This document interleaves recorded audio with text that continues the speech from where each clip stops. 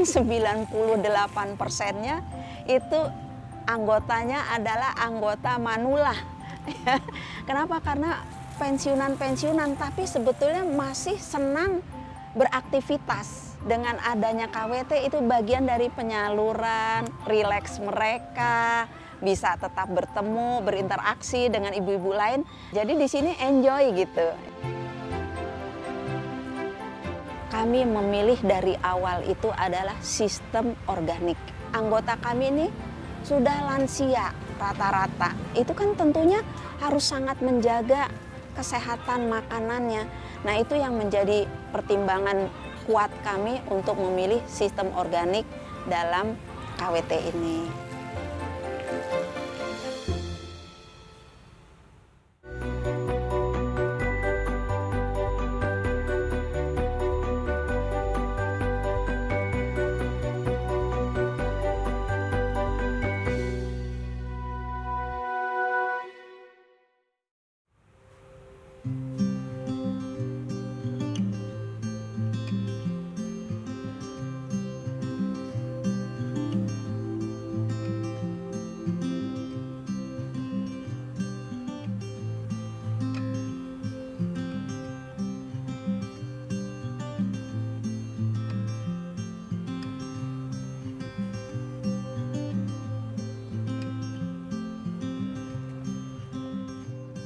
Ibu-ibu, kita berkebun ya hari ini. Yuk. Hari ini kita gemburin nih.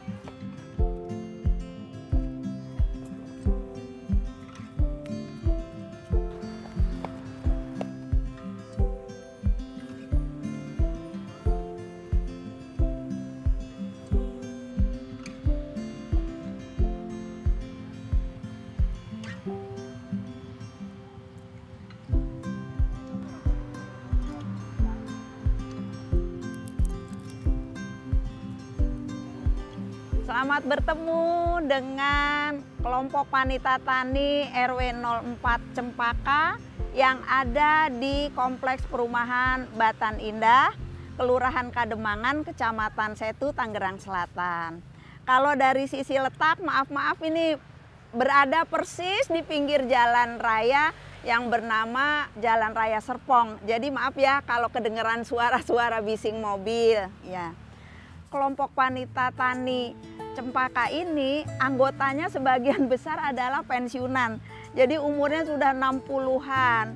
Yang muda itu hanya 2. Ya, umur 30-an itu 2. Yang lainnya udah pensiunan semua.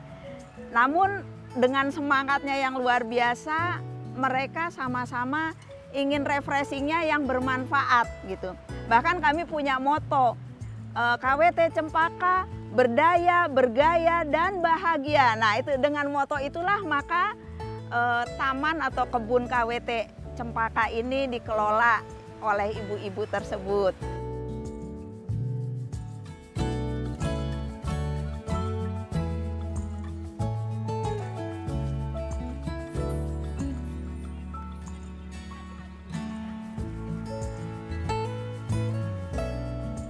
Nah, metode bertani yang kami terapkan, kami memilih dari awal itu adalah sistem organik. Kenapa gitu ya? Pertimbangannya menurut kami sistem organik adalah sistem pertanian yang the best lah, yang terbaik ya. Nggak ada racun, nggak ada macam unsur-unsur yang membahayakan. Yang kedua, anggota kami ini sudah lansia rata-rata ya. Jadi mereka ada yang sudah punya komorbid ya. Sudah ada yang punya sakit diabetes, ya. Kemudian ada yang jantung, ada yang pernah diangkat karena payudara, kanker payudara. Nah itu kan tentunya harus sangat menjaga kesehatan makanannya. Nah itu yang menjadi pertimbangan kuat kami untuk memilih sistem organik dalam KWT ini gitu.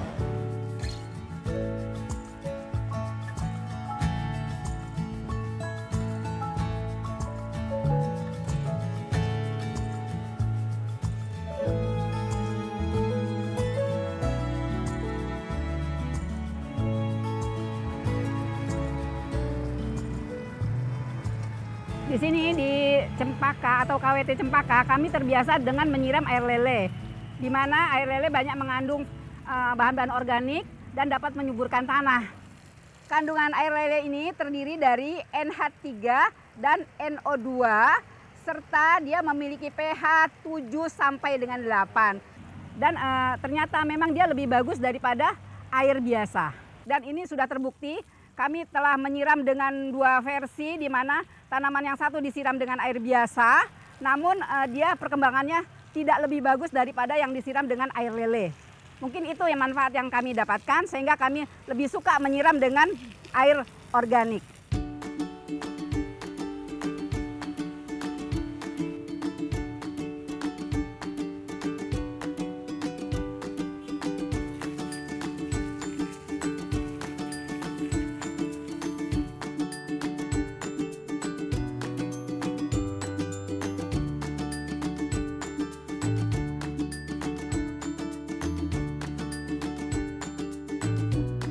Ibu-ibu, mari kita panen. Ayo Bu, kita panen Bu.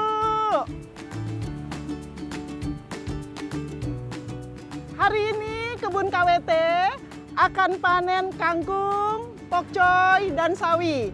Kebetulan sudah banyak pesanan dari ibu-ibu di perumahan. Ibu-ibu, mari kita panen. Ibu-ibu, pokcoy sebelah sana ya Bu. Sawi sana, saya di sini.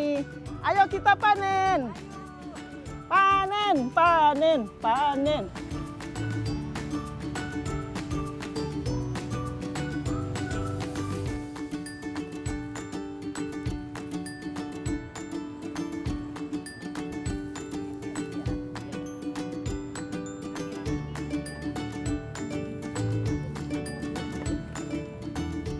Ini ya, kami panen hari ini lumayan, hasilnya cukup banyak. Tapi ini ada lubang-lubangnya sedikit karena kami organik. Walaupun ini ada lubang-lubang sedikit, tapi ini termasuk cukup sehat, layak untuk dikonsumsi.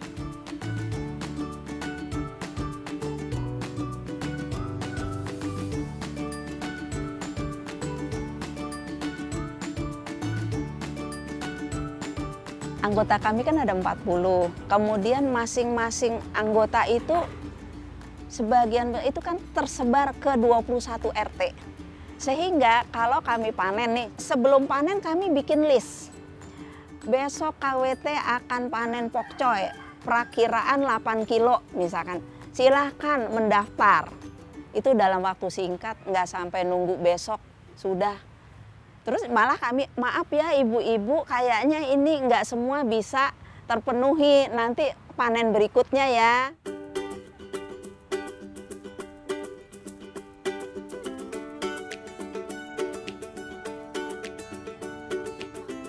Manfaat berkebun bagi kami para lansia ya. Nah itu sungguh-sungguh menyenangkan karena kami bukan hanya berkebun, panen, yuk kita makan-makan ya, kumpul. Nah itu jadi ada kebahagiaan tersendiri ya, bisa berkumpul sesama lansia ya, berbagi bersama, saling menceritakan. Terus juga kalau ada yang sakit, kami juga saling mendoakan, berkunjung ke rumahnya ataupun ke rumah sakitnya. Nah ini penting sekali, menjadi sarana berkumpul, sarana sosialisasi, dan juga sarana edukasi, serta itu tadi sarana menjalin silaturahmi ya, itu. Dan saya pikir bagi lansia itu penting sekali.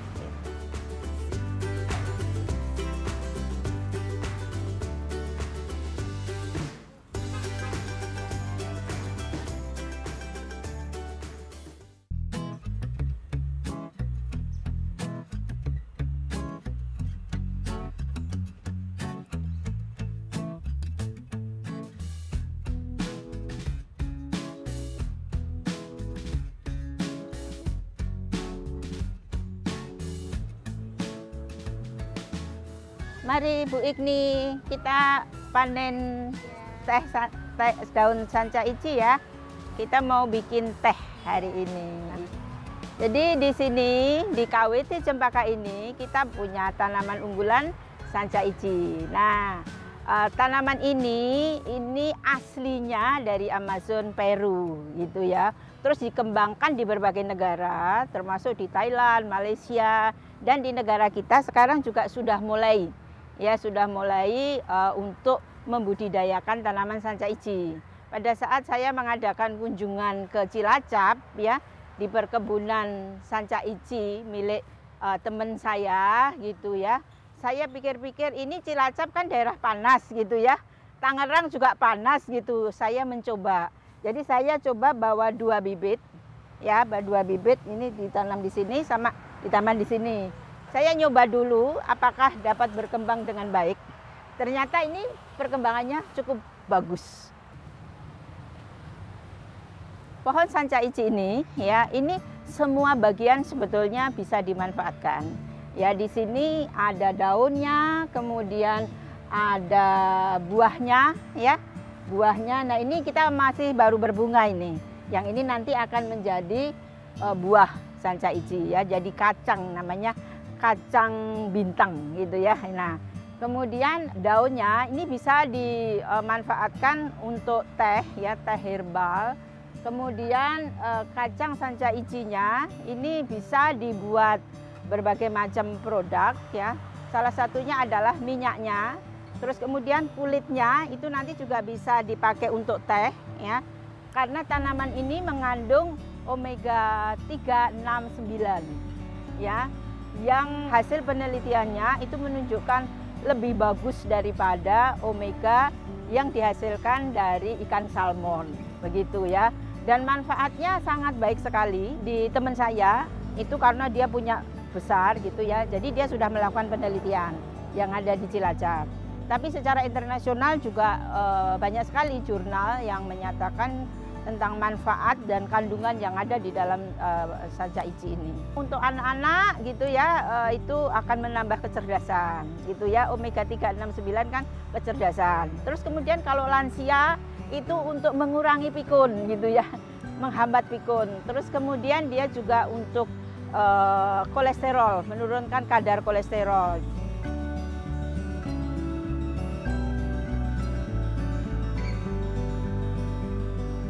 Sekarang kita mau panen ya, panen daun sanca ici dan kita pilih yang tua-tua, yang kandungan omega 3, 6, 9-nya sudah cukup banyak. Ya, oke. Ayo Bu Igni, tolong ya.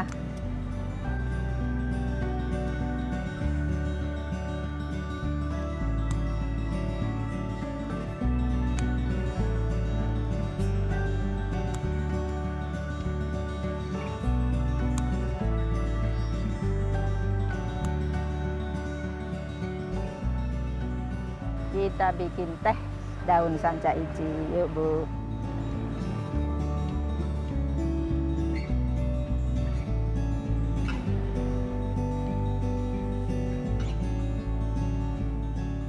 Ya, ini daun sanca ici yang dari kita petik, kita panen tadi, kemudian sudah dibersihkan dan kita akan melakukan proses pengeringan menggunakan food dehydrator. Kalau di rumah kita tidak punya food dehydrator, kita juga bisa menggunakan amplop coklat, ya, amplop coklat. Kemudian dilubang-lubangin supaya ada aliran udara panas. Kemudian kita angin-anginkan selama 3 hari. Kemudian itu sudah kering bagus. Ini ya, kita masukkan ke dalam alat food dehydrator ya. Nanti kita akan tunggu proses pengeringannya selama 4 jam.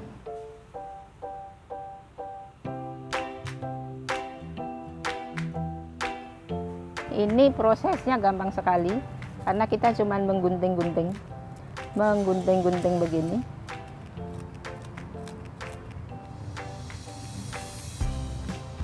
Sampai habis.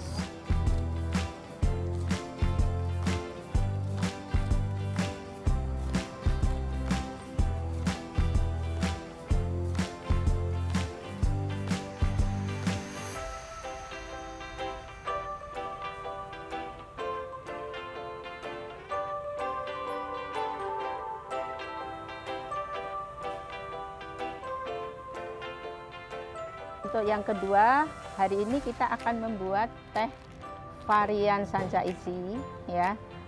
Namanya adalah teh bahagia. Karena ini konsepnya kita menggunakan teh artisan, maka yang utama di sini ya teh sanca dari daun Sanca Ichi-nya harus 50%. Baru kemudian ditambah dengan campuran yang lainnya. Ya, kita akan proses ya dari daun teh Sanca Ichi-nya. Terus kemudian kita remet. Ya, kita remet.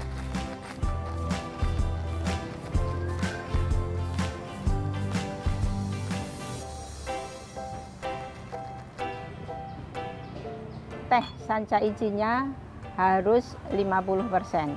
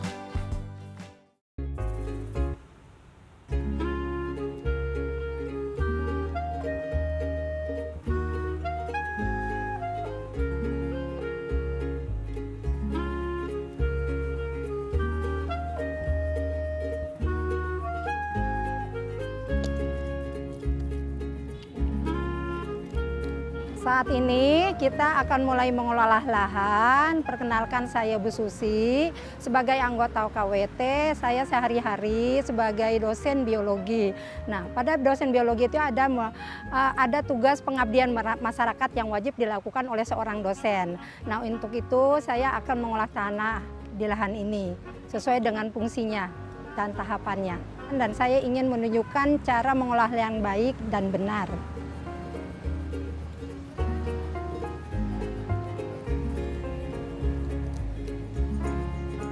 Pertama-tama kita menggemburkan gedengan atau geludan ini.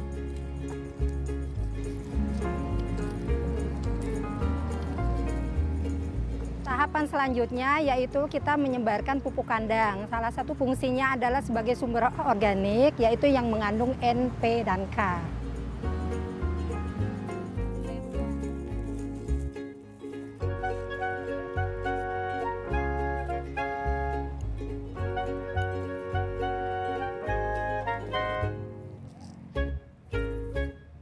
Tahap selanjutnya yaitu kita menebarkan sekam bakar dan sedikit sekam mentah yang berfungsi untuk menjaga kelembapan tanah, porositas tanaman, dan juga untuk supaya kalau tanaman tidak terlalu kering. Jadinya kalau pas pada saat musim kering gitu, jadi dia akan menjaga porositasnya.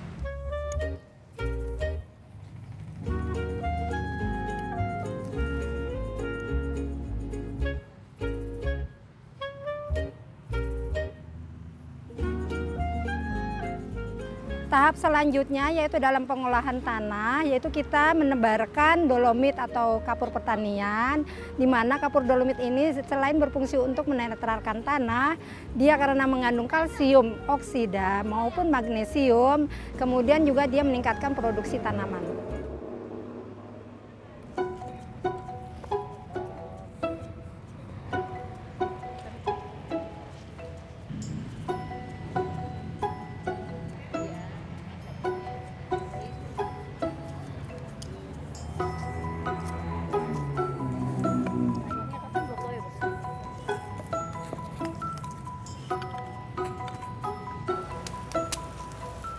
Oke, setelah selesai semua tahapan ini kita biarkan 2 minggu.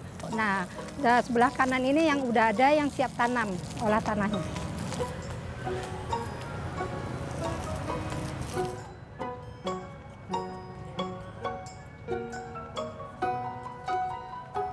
KWT Cempaka adalah wadah kelompok wanita yang interest terhadap bidang pertanian dan juga interest terhadap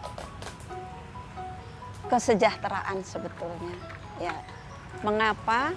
Karena di dalam KWT itu kita melakukan kerja-kerja yang hubungannya dengan ketahanan pangan. Jadi dari mulai pemilihan jenis tanaman, kemudian juga di dalam KWT kita juga melakukan fungsi edukasi. Ya. Nah, tentang latar belakangnya, berdirinya itu berangkat dari begini. Tahun 2020 sekitar awal lah ya, itu di kompleks ini ada pelatihan hidroponik tapi dalam bentuk skala kecil, dalam bentuk baskom plastik. Nah, pesertanya itu lumayan banyak ya, ada 50-an gitu. Sebagian besarnya ibu-ibu. Nah, selesai pelatihan ibu-ibu tuh berharap ada kelanjutannya nggak sih gitu ya. Nah, akhirnya melihat semangat begitu, kebetulan saat pelatihan hidroponik kecil itu ada salah satu anggota DPRD di Tangsel di depan KWT ini ya, yang kebetulan beliau itu tinggal juga di kompleks ini. Nah, akhirnya melalui beliau inilah diinisiasi pembentukan kelompok wanita tani yang berada di bawah Dinas Ketahanan Pangan, Pertanian, dan Perikanan.